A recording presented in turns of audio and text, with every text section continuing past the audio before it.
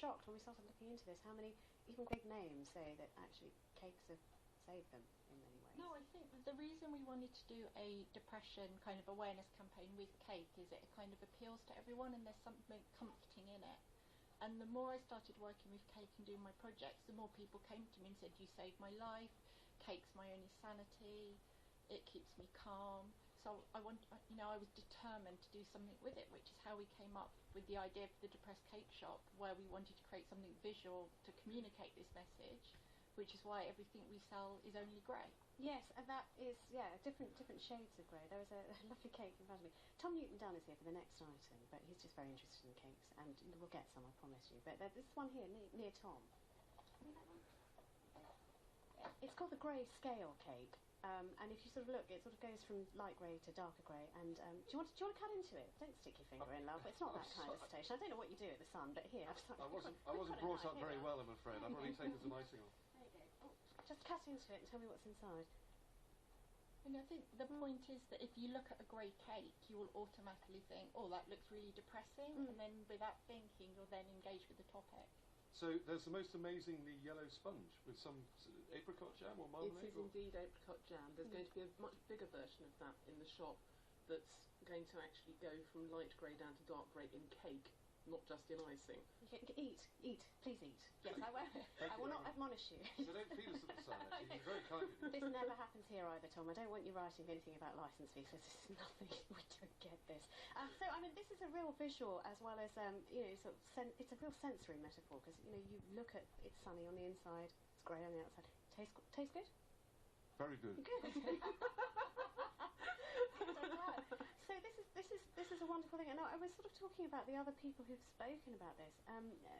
Marion Keyes, the novelist, has said, that this is something that has, again, in her Saved by Cake is something that she's talked about, and the Great British Bake Off winner John Waite as well has talked about this. Without this, and this is a horrible even thing to countenance, isn't it? But without this, where would you be, Melanie? I would probably not be here. And part of that is because I have borderline personality disorder. So depression is part of it. It's a symptom, if you like, but it's not the main event. And one of the things that people with borderline tend to do is self-harm as a way of controlling the pain, the feelings, the frustration, the complete despair of where you are with your life. So where people sometimes think it's cries for help, no, it's just because the pain of doing whatever you do to, try and off yourself, to be perfectly honest, it's better than the pain of your existence, which may sound very navel-gazy, but the fact is that that is the reality for a lot of us. So in my case, if I can get into the kitchen, to a certain extent, I've been cooking since I was 15 years old, so 26 odd years now, and if I get in the kitchen, whether I'm chopping vegetables, baking cakes, icing cakes, icing cakes for me is brilliant. If I've got a celebration cake, it's the best thing ever, because I just sit there and I just zone out, focus completely on what I'm doing. And one of the things I end up doing quite a lot of are Disney princesses, for example, because there's lots of little girls who love Disney princess cakes, so I make Disney princess cakes.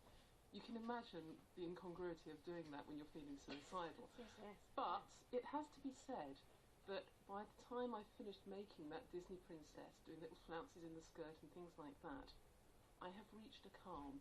I have gained a control, and I have got past that bad period. Just final word with you, Emma. It seems like just such a win-win, and there's a snack at the end of it. I can't see anything wrong with this at all. If there are people listening to this who think, actually, I would really like to give a piece of this. I would like to get involved. It might help me as well. First of all, where are these shops going to be? And if somebody wants to be one of your bakers, how do they go ahead and do that? Okay, so there's shops all over the UK, and if you go to misscakehead.com, you can click there and see. We've now got over 20. We've also got ones in America, Argentina, Malaysia, Singapore, Thailand. It's kind of exploding. We were going to have all of them next weekend, but now due to the scale of it, I think it's a project that's going to keep running.